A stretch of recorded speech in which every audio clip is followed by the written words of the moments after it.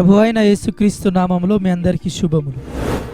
Independent Baptist church సంఘ వ్యవస్థాపకులు pastor Yesudas గారి జీవిత సాక్ష్యాన్ని పరిశుద్ధాత్మ దేవుని కృపతో యేసుక్రీస్తు మహిమార్థమై మీ అందరికీ పరిచయం చేస్తున్నాం.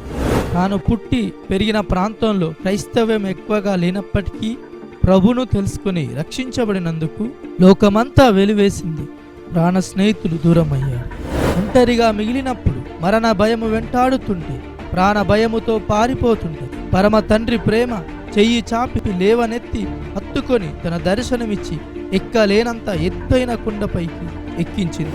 కృంగిపోయిన స్థితిలో ఉన్నప్పుడు ఆయన ప్రేమ ఎలా బలపరిచిందో, ప్రేమలన్నీ కోల్పోయిన స్థితిలో ఆయన ప్రేమ ఎలా లేవనెత్తిందో, ఆరిపోయిన దీపాన్ని ఆయన అగ్ని ఎలా వెలిగించిందో, ఎలాంటి చదువు జ్ఞానము లేని వ్యక్తిని పిలిచి గ్రామాన్ని తలక్రిందులుగా చేసేవాడిగా మలిచి తన దాసునిగా స్వార్థికునిగా గ్రామాల్లో శిలువ వార్తను ప్రకటించేవాడిగా అద్భుతమైన వరములతో తన సాధనంగా ఒక మాదిరిగా దేవుడు ఎలా మలుచుకున్నాడో మీ కళ్ళతోనే చూడండి.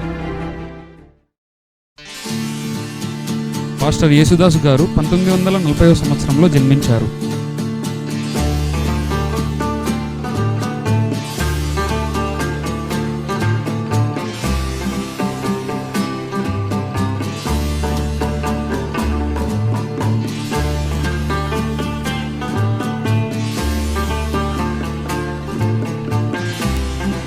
ఆ కాలంలో సిఎస్ఐ సేవకులు గ్రామ వీధి చివరిలో చదువు నేర్పించేవారు.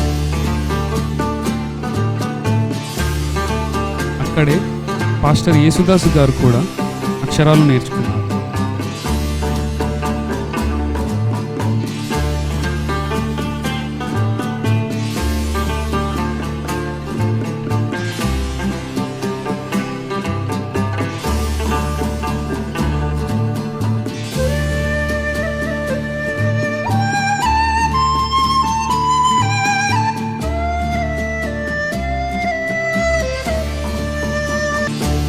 ఆడుతూ పాడుతూ చిన్నతనం నుండే వ్యవసాయ పనులు చేసేవాడు.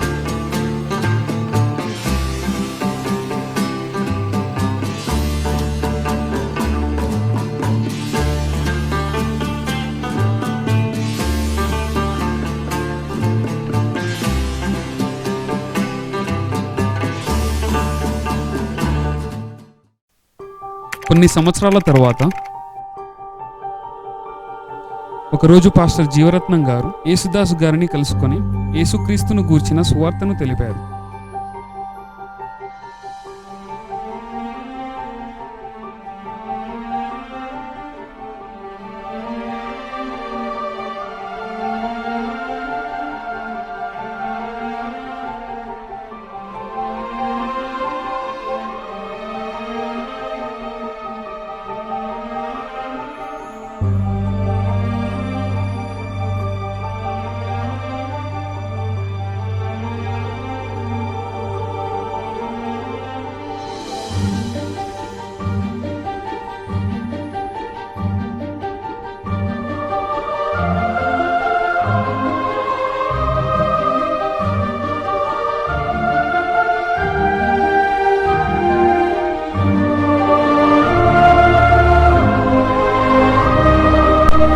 తాను యేసుక్రీస్తును అంగీకరించి 3 రోజులకు బాప్తిస్మము తీసుకున్నాడు.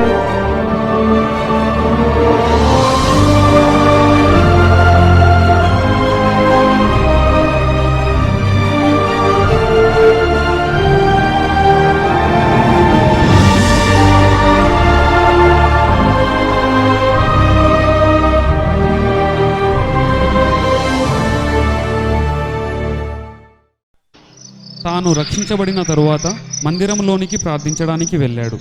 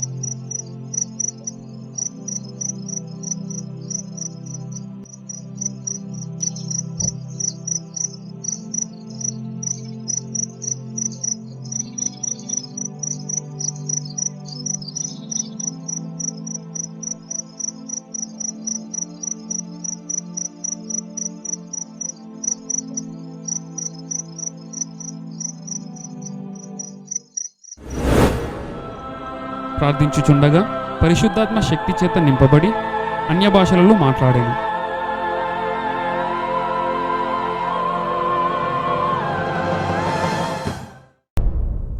ఆ గ్రామములోని పెద్దలకు తాను దేవుణ్ణి నమ్మిన విషయము తెలిసింది.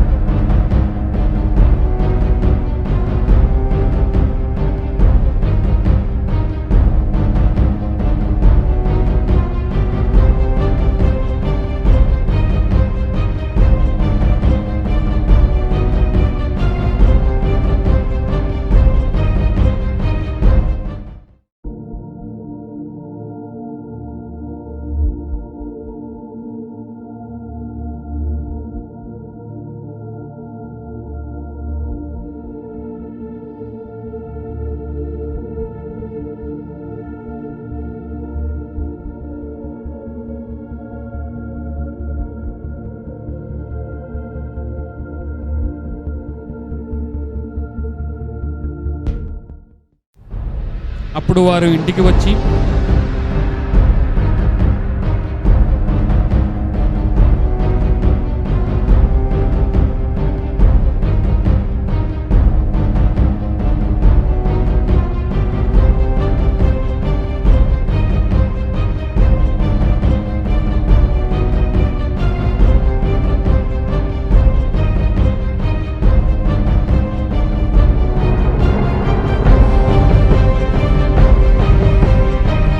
తనను గ్రామ బహిష్కరణ చేస్తున్నామని చెప్పి వెళ్ళారు.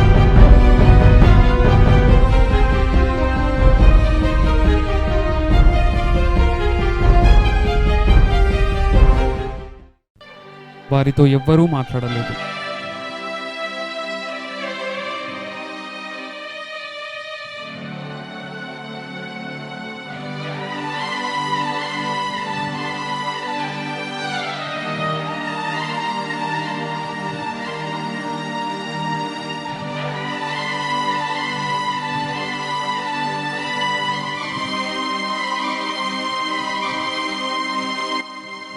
తనకు ఏ వస్తువు ఇవ్వలేదు.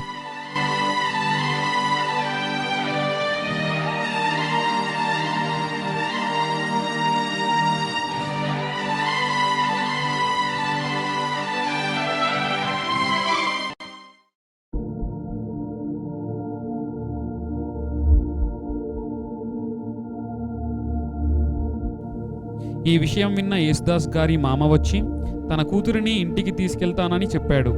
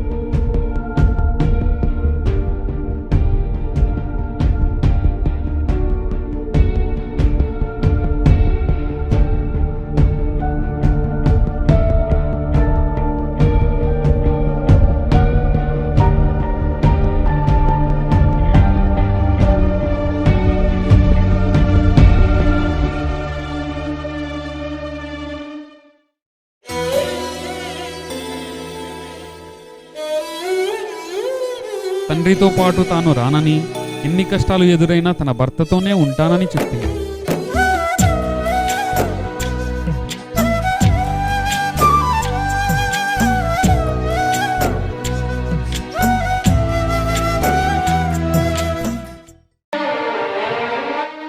ఇలా గ్రామస్తులు, తోటి బంధువుల సైతం ఇబ్బందులకు గురిచేయగా ఎంతో బాధతో గడిపారు.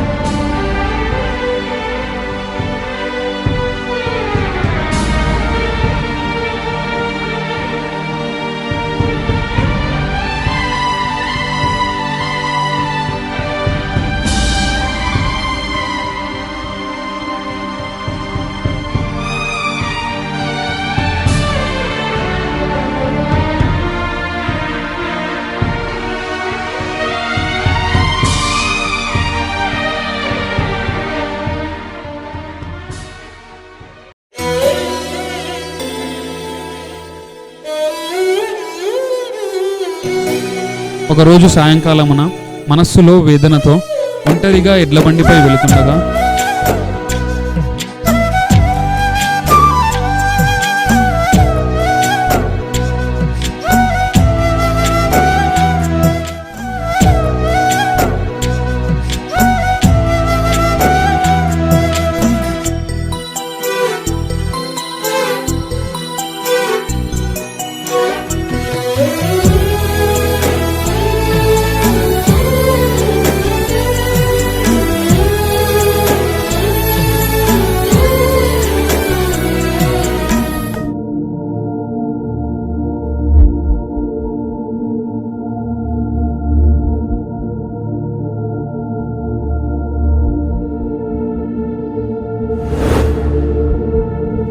కుమారుడా, ప్రజలు నిన్ను ఇంకా బాధ పెడుతున్నారా అని దేవుని స్వరము విన్నాడు.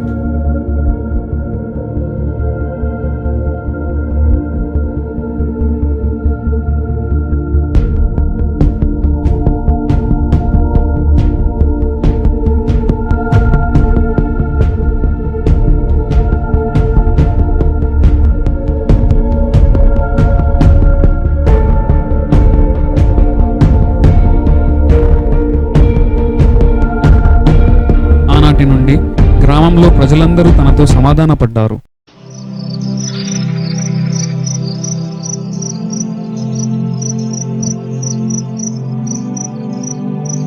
తాను ప్రతిరోజు ఒంటరిగా గ్రామ చివరలో వాగుల్లో కాలువ గట్టుల్లో దేవునితో ఏకాంత సమయం గడిపేవారు.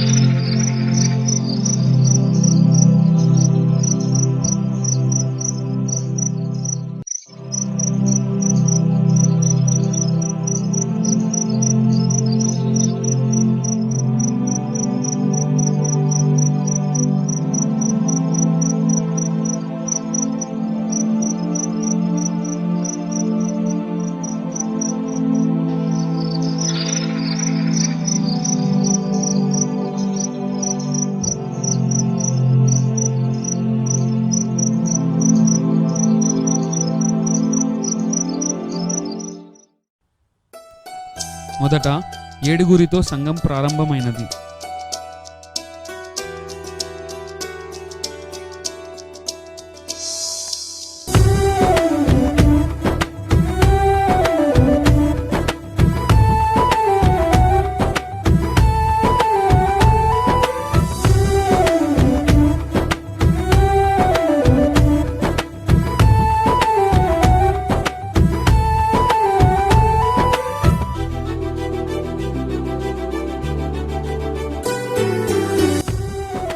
ఈ రీతిగా సంఘం అభివృద్ధి చెందుతూ ఉండగా కాలినడక ద్వారాను, సైకిల్ ద్వారాను, ఆటోల ద్వారాను చుట్టుపక్కల గ్రామాల్లో సువార్తను ప్రకటించాడు.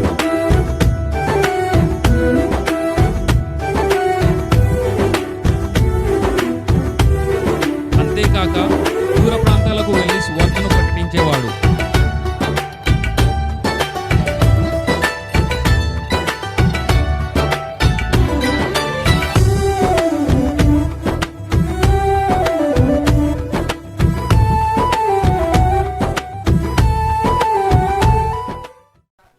ఈ విధంగా స్వస్థతలు, అద్భుతాలు, సువార్త కార్యాలు జరుగుతుండగా అనేకులు రక్షణ పొందుతూ రెండవ మందిరం నిర్మించారు.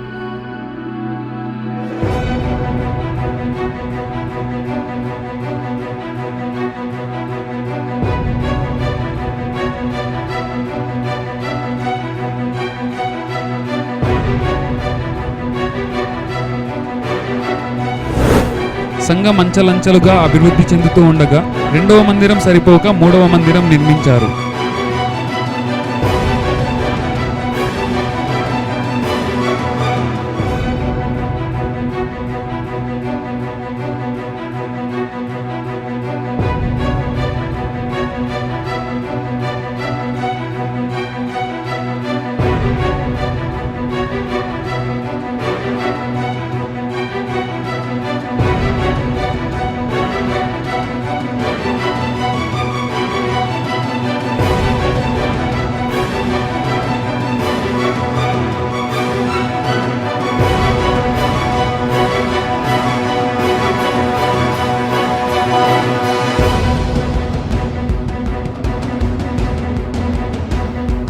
విశ్వాసుల్లో అనేకులు సువార్థికులుగా, సేవకులుగా లేపబడి అనేక ప్రాంతాల్లో వాడబడుతున్నారు.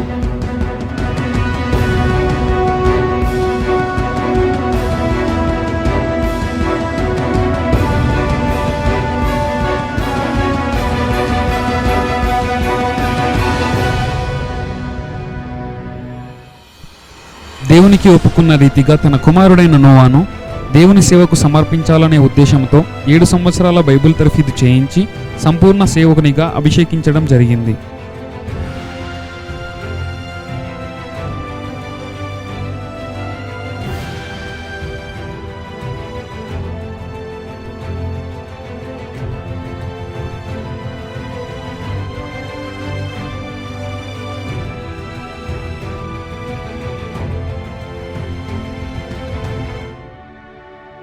అలా విశ్వాసమే ఊపిరిగా, పరిచర్యనే ప్రాణముగా, నిరంతర కృషితో, నిరీక్షణ గల జీవితంతో, పట్టుదల కలిగిన ప్రార్థన పౌరుడిగా, ప్రభు పనిలో నిజ సేవకునిగా, ఆత్మల సంపాదనకై ఆరాటం, తుది శ్వాస వరకు అలుపెరగని పోరాటం చేసిన మన దైవజనులు 2016 జనవరి 23వ తారీఖున ప్రభునందు నిద్రించారు.